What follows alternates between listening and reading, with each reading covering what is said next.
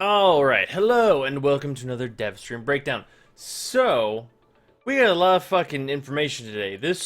I have to move this up and down for readability's sake because there's a lot of goddamn notes. So, let's just jump right into this because a lot of shit happened. Okay, so first of all, War Within is going to be split up into two parts now. So, instead of a 3-part update, we now have a 4-part update. It means that we're gonna get it sooner, kind of. We're not getting the major story stuff sooner, but we're getting Titania and a bunch of like kind of smaller system tweaks and stuff a lot sooner than we would if we were to wait for the major story stuff and then also that stuff. So getting half of it now and then half of it a bit later is generally going to work out better for us, especially for those of you that would like to use Titania in the like major story quest, which I imagine there are some of you that would like to do that. So part 1 will contain, as we know now, probably more than this, Titania with her quest, which is Syndicate related. I'm going to assume it's going to be New Loka related because she was shown on Earth in her teaser, and New Loka is like crazy insane for Earth. Along with that, the profile icon system is going to be replaced with the glyph tagging system. There will be another video on that tomorrow that those of you that are creatively inclined may want to check out. Because some things are going to be changing with the channel. But, moving on, part 2, all we know about that is that it's going to be the major story quest, which we're all eagerly awaiting, I presume. Beyond that, we know that there are going to be new auras in Titania's quest, which is really interesting because we haven't seen a new aura in a little while. EMP got re-released, which was fine, but it's not really an aura that shook anything up or made anything change. But there will be new stuff there, which I'm very much looking forward to because those are usually, or they can be, very impactful to how the game is played at large. So that's really useful. Or will be really nice, especially for new players. If Titania's quest is like easy to get to for newer players, they can kind of do that to get some auras, which would be really nice. Beyond that, the week of the 17th, we're going to have new Inaros and Neja augments. So for Neja, he is getting the Warding Halo, the ability of Warding Halo to be put on other allies, which is fine. The one thing I worry with this is that people are going to respond to it really poorly. And by that, I mean that there's a reasonable amount of people, I think, that don't really like the way Warding Halo... Not how it looks, but like it just gets in their way when they're trying to aim. Which I don't have that problem, but I know there are people that do have that problem. So don't know how that's going to go. Otherwise, though, Inaros is getting his Sandstorm augment with the Elemental procs, which is... not sure. It depends on how much it procs. It could be really useful. Either way, I'm looking forward to it. And speaking of shit that I'm fucking looking forward to, but I'm also minorly disappointed in, Syndicate melees. So we're getting Syndicate melees, and it's going to be a damn good time, I hope. First, we have the Rakta Dark Dagger, which is, covert lethality, you know. Doing covert lethality stuff. Maybe something will happen. Maybe that'll have such insane stats it'll be worth using on its own. Somehow I doubt that, though. The Sakura Lecta. So, whips are fine. Whips are fine right now. The Atarax is a really great weapon. Regular Lecta, not so much. Hopefully this brings the Lecta up to a place where it's like, hey, yeah, I'm gonna use that because it's gonna give me shields. That's not really a reason.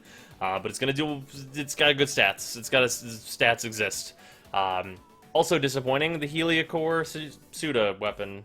Which, I mean, a Sinoid Heliocore is fine.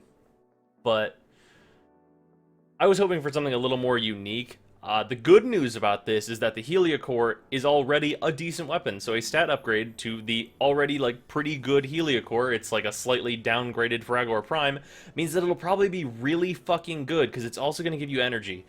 So, looking forward to that. Not holding my breath that it's going to be that much better than the Heliocore we have right now, but here's hoping.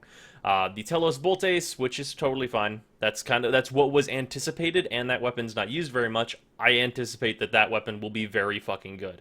Like, really, really good, and we'll probably see that weapon class used significantly more. The Vacor Sidon. Okay, so for me personally, this is really disappointing. Because I don't... it's just not that great.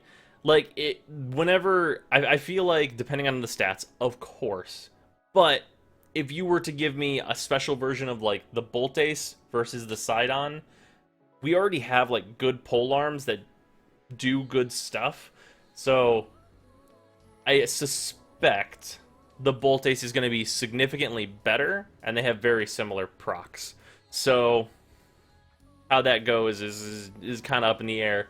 Not holding my breath that the Vacor Sidon is going to be very good, but to be fair, the other two Vacor weapons are like hard, like top 5 weapons in the game. So maybe a little balancing was put into place there. And then we had the Sancti Magistar. So for me personally, I really always liked how the Magistar looks. It's just always been dog shit. So having a really good one, I suspect, is welcome. I don't know how that's going to be able to compete with the Heliacore from Suda, but we'll see what they do. I just feel like energy is usually just always more useful than health in most cases. So that will depend. Not really sure how that's going to go. Moving on down the list, we've got Arcanes. So they're getting rid of Distillers, which means that we can finally just switch our Arcanes to whatever goddamn thing we want, and always have the thing that we're doing. So, beyond that, there's a problem. It's not actually a problem, but it's like a convenience thing, and it's sort of the same problem that the Focus system has right now, is that, so for Arcanes, they have a totally separate menu. It's in the Foundry, you open it up, and you, like, pluck your Arcanes and put them into another cosmetic. And that's all fine and good, and removing Distillers means that you can just go and do that. The problem is going and doing that too often, to the point where it would be annoying as opposed to really nice. So what I mean by that is that instead of changing it this way, what they could instead do is in the menu for Arcanes, you go to the Arcane menu, you just put one of your Arcanes into a Sindana slot and a Helmet slot. And that's it. Just have Sindana and Helmet. That means as long as you're using a Sindana, you get the effect. As long as you're going to be using a Helmet. Newsflash. Well, unless you have that one bug. But that's irrelevant. That's a weird thing, and I don't think that would actually work that way anyway, because I think it still technically would load the stats in. Let's not worry about weird bugs. But then you would go and you'd have your preferred Arcanes, and in the event that you would want to switch to different Arcanes, which I feel like a lot of people have some general Arcanes that they would keep on for most of the time, then maybe some ones they would have for special shit, that would free up, like, having to walk too much around. Like, having to be like, I'm in the Arsenal, well, now let's go to the Foundry, switch my Arcanes for this one mission, because I don't need melee attack speed, I'd rather have my Grace, or whatever. That stuff would remove a lot of that, or rather, the reverse. That would be the thing that you would do now, as opposed to it being like, well, this Warframe uses my Pyrus Sindana, this Warframe uses my Tennokan Sindana, and then having to be like, alright, well, I'll just move Grace from this Sindana into this Sindana, and then because people have a lot of different visual, like, setups, that would be really fucking annoying, because I use a different Sindana on, like, so many fucking Warframes. Like, it's not any way, like, beneficial for me to have to go in and just pluck it out and move it into the next one, other than it just being, like, rote menial work. So there just being, like, a Sindana and a Helmet slot separately, like, in the Arcane menu itself would be a real nice solution to that problem. Also, while I'm at it, would be really nice if I could get a little focus switch menu in the Arsenal. That'd be great, because I don't, like, as much as I like my Operator, she's adorable, can I just switch that? I don't want to, like, I don't need to go talk to my Operator about Naramon every once in a while when I need it. But yeah, that's enough about that stuff. It's nice that they're moving more towards a streamlined system for Arcanes, making them more appealing. That stuff's all great. Beyond that, we got some more Necros changes, or Necros, whatever, words. So Desecrate, we saw there was a toggle, that stuff's all fantastic, still a great change.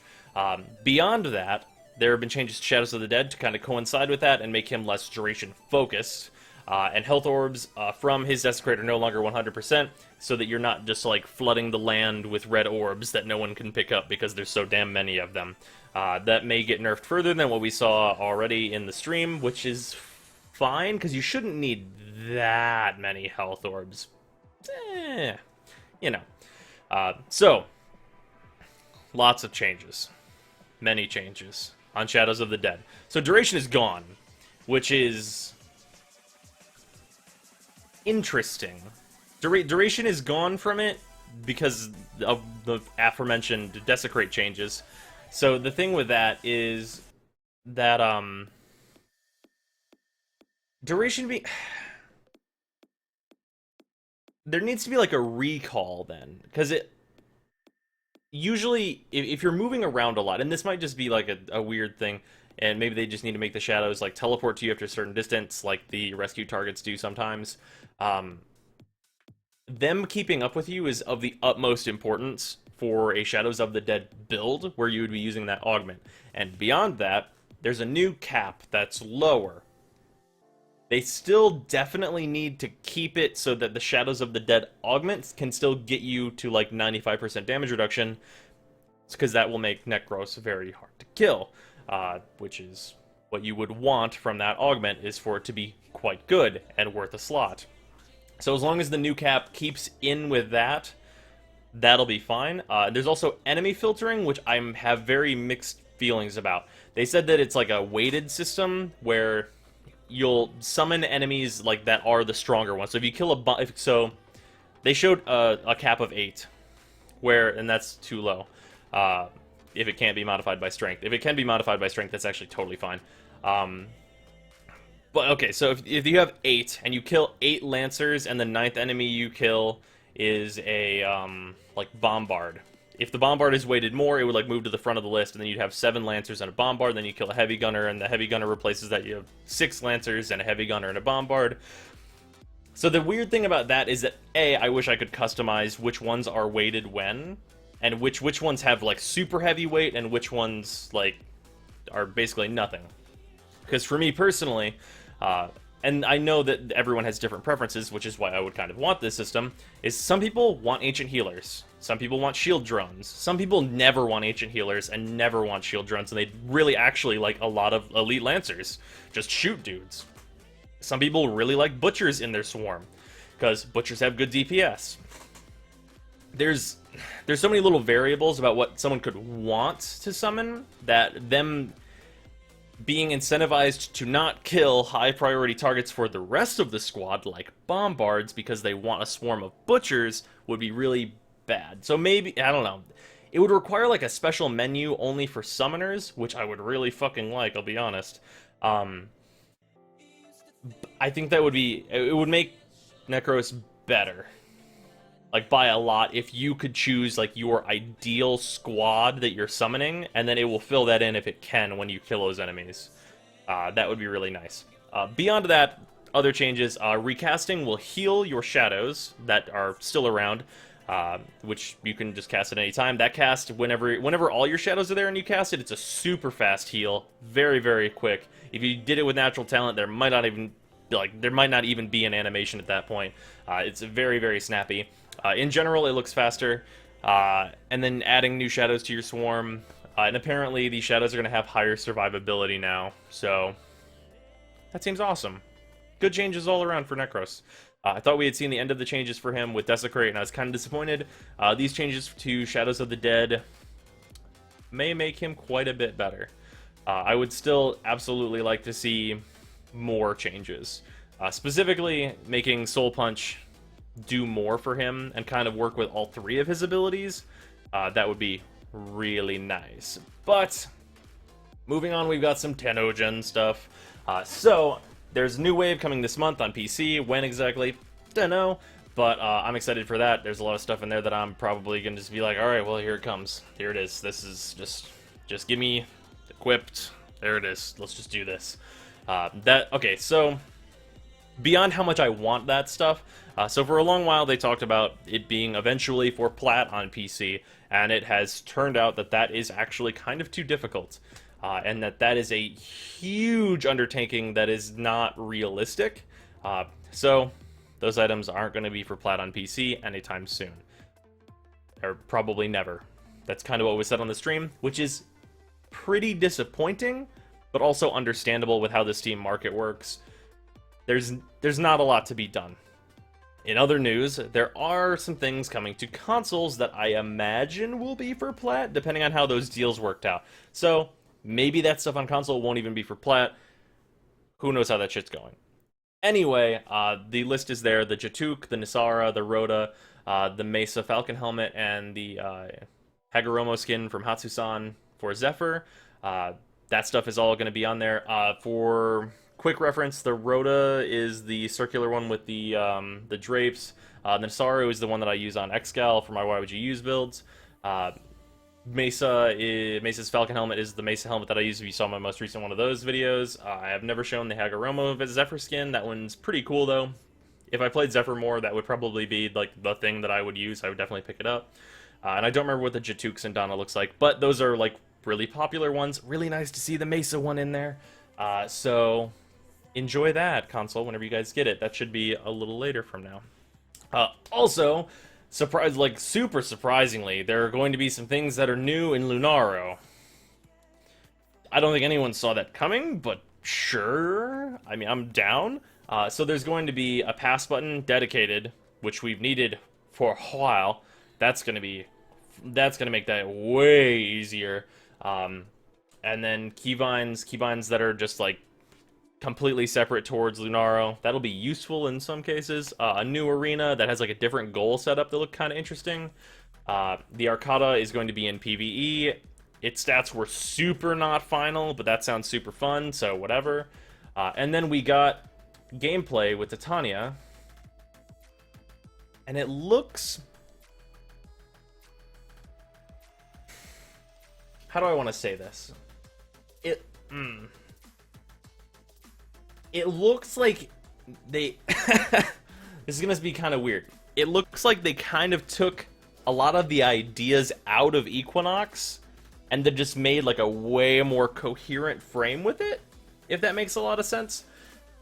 So the one is essentially a floaty version of Night Forms 2 on Equinox. It's fucking super sick. It's got low range, totally fine for a 1, really great utility, just fucking perfect stun, awesome. Just at face value, fucking great ability. The 2, still a little... I'm worried about it for a couple of different reasons. But basically, you're gonna shoot at like an area that will just... Enemies will fucking drop everything they've got in their pants and like be like, here, this is my blast buff, and do that stuff. So they weren't totally specific with this. They said right now there's about 35 total buffs. That's too many. Too many. I know for someone like me, 35 buffs is like something I could get used to, but that's way too many. But they said it would probably get simplified. I would probably like to see that just for usability's sake, taken down somewhere between 10 and 15.